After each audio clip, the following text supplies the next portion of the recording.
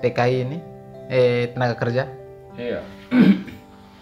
Pemulangan tenaga kerja ataupun juga yang sudah di PHK oleh perusahaan tempat mereka kerja, saya pikir ini sah saja bagi perusahaan. Kenapa? Sebuah perusahaan pasti tidak akan mau rugi ketika kemudian semua orang dirumahkan, bekerja dari rumah. Jadi pendapatan sebuah perusahaan pasti juga akan terganggu dari adanya kebijakan seperti ini. Nah, ini juga bagi kita, ya kalau kita juga berbicara mereka jangan di PHK, perusahaan mau bayar bagaimana ketika kemudian mereka tidak bekerja di dalam suatu perusahaan,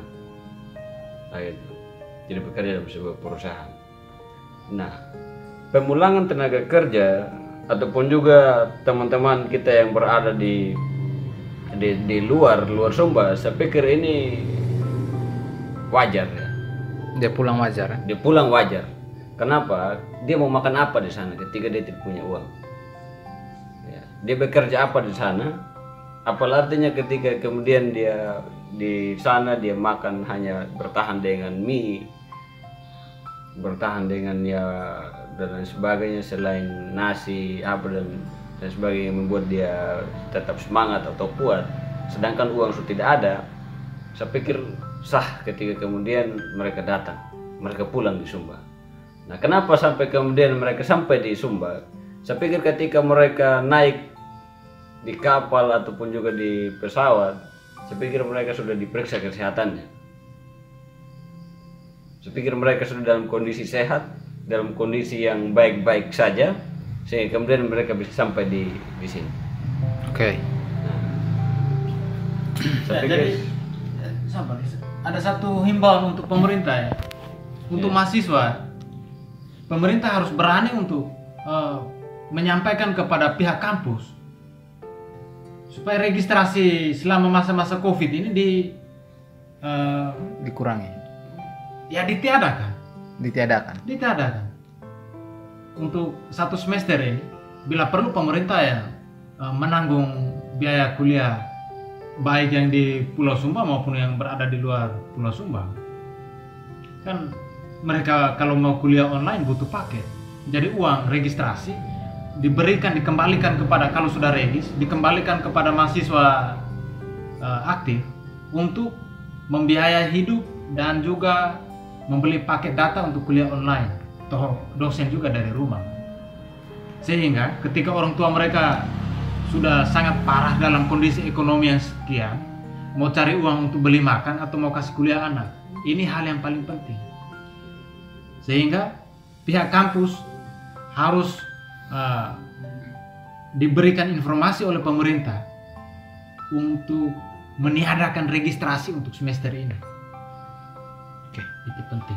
Saran terkait COVID-nya, kampusnya meniadakan registrasi untuk semester ini.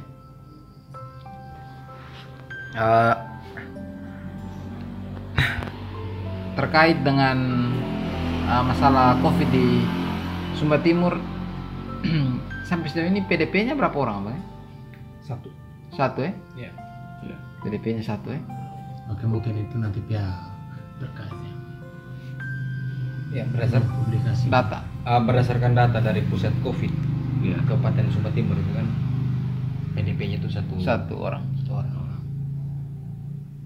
Namanya masih rahasia ya? Namanya masih rahasia. Harus diumumkan. Bagaimana merahasiakan nama orang? Misalnya kami tidak tahu kalau yang kena COVID ada James, lalu semua orang rame-rame datang, ya kita semua terjangkit. Harus diumumkan. Ini bukan penyakit yang lain. Ini bukan perkara pidana atau perdata yang namanya harus diberikan inisial dan lain sebagainya. Ini bukan koruptor ya? Iya.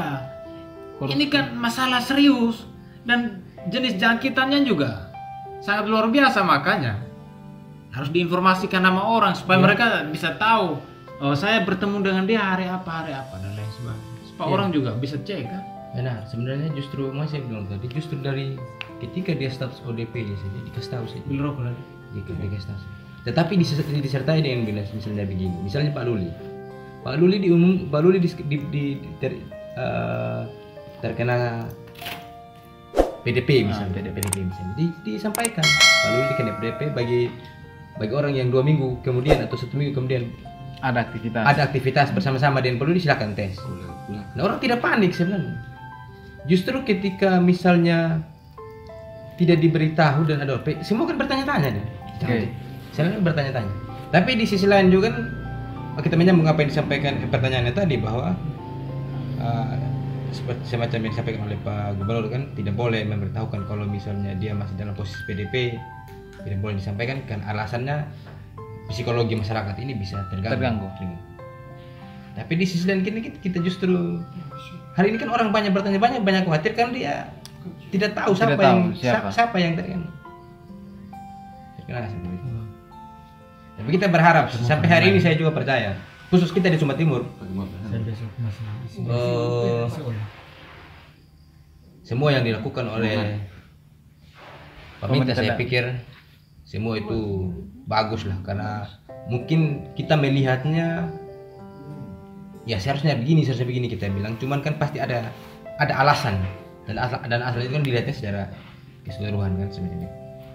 Kita mendukung saja lah, baik itu di pemerintah kecamatan, pemerintah desa, ada juga beberapa relawan kayak misalnya GM ini tadi bantu sesuai dengan kemampuan. Ya semua butuh kerjasama lah, kerjasama. Dan saya pikir sampai hari ini data kita di Sumba bahwa belum ada yang positif, ya kita harus memberi apresiasi bahwa kerjasama itu dia sementara berjalan. Terlepas ada kerikil-kerikil kecil, ada pertanyaan-pertanyaan lagi, ada upaya-upaya yang menurut kita tidak masuk logika sebenarnya. Itulah dinamika yang terjadi.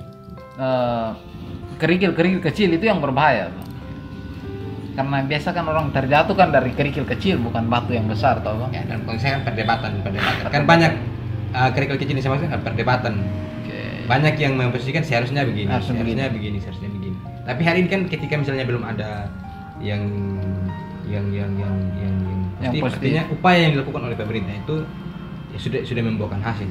Tapi kalau menurut Abang kira-kira pasien itu harus diumumkan atau tidak menurut Abang? Kalau saya diumumkan. Oke, menurut Abang. Justru kan orang panik ketika dia diumumkan pasiennya, terus himbau juga. Orang-orang yang selama ini pernah kontak dengan orang yang bersangkutan, silakan periksa. Oke, terima kasih. Kalau Abang Jeremy diumumkan? Ya diumumkan. Supaya orang juga sadar diri bahwa selama ini saya bersentuhan dengan dia dan saya harus periksa lebih lanjut. Supaya bisa dapat penanganan dari pihak terkait begitu. Kalau Abang Lid diumumkan? Saya juga sih sepakat kalau itu diumumkan. Artinya bahwa ini nanti ketika kemudian kita kenal orangnya, ini adalah dia status PDP.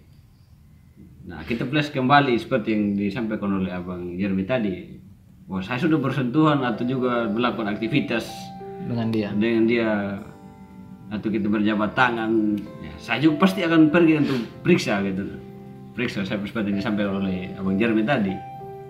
Terus lalu yang berikut lagi, ketika itu dalam keluarga, yang pasti kita akan terus mengawal kira-kira si ini dia sudah status PDP, lalu kemudian kita sama-sama mengawal, harus saling mengingatkan bahwa Anda sudah statusnya seperti ini, harus jaga kesehatan dan lain sebagainya. Karena kenapa inilah penting untuk diketahui publik gitu, penting untuk diketahui oleh masyarakat kita, sehingga kemudian nanti kita tetap berwaspada. Tetapi jangan ada sebuah kepanikan bahwa terjadi begini dan sebagainya, itu yang akan membuat orang daya tahan tubuhnya pasti akan menurun. Nah, penting sekali ketika kemudian jangan hanya memberikan data bahwa di sini sekian, di sini sekian, orang pasti akan bertanya-tanya. Saya pikir seperti itu sih. Sampai sekarang saya belum mendapatkan sebuah bedah ilmiah secara saintifik tentang masker. Masker itu menghalangi kita menghirup oksigen. Jadi kalau kita pakai, bagaimana kita bisa sehat kalau oksigen tertahan? Lalu bagaimana kita bisa merasa yakin bahwa virus itu akan tertahan di benang-benang ini? Atau ini perlu dijelaskan, jangan hanya bilang harus pakai masker, harus pakai masker. Tapi tidak ada ilmu juga yang saya pikir ini hanya membuat kita semakin panik. Jadi alat-alat yang medis yang digunakan untuk dipakai. Tidak, maksudnya biar maskernya laku. Ya buka toko masker saja kan. Baru dikasih naik dengan harga yang tinggi. Harus jelaskan. Kenapa saya pakai masker? Alasannya ini. Bagaimana konektivitas virus? Jangan sampai masker yang saya beli sudah mengandung virus. Jadi saya terkena virus kan. Lalu menahan oksigen dalam perjalanan di hutan yang sangat oksigennya sangat besar. Lalu saya pakai masker ini kan terganggu sekali. Oke. Jadi saya panik. Saya di tempat yang tidak ada corona, tetapi masker ini membuat saya berpikir tentang corona. Ketika saya berpikir tentang corona, saya panik. Lalu imun tubuh saya semakin berkurang dan kemudian saya sakit. Bukan karena corona, tetapi hanya karena pikiran saya tentang corona. Oke. Begitu. Terima kasih Abang bertiga untuk diskusi ringan kita malam ini. Saya rasa ada beberapa poin penting yang harus kita ingat bahwa yang pertama itu jangan terlalu menebar kepanikan di tengah masyarakat. Berikanlah himbauan-himbauan positif sehingga masyarakat lebih waspada dan jangan panik. Terus yang berikutnya, penyampaian pihak keamanan juga jangan terlalu represif ya Bang ya. Tindakan-tindakan mereka tadi seperti yang kita alami juga kita ikut langsung mengalami dan saya rasa itu tidak wajar.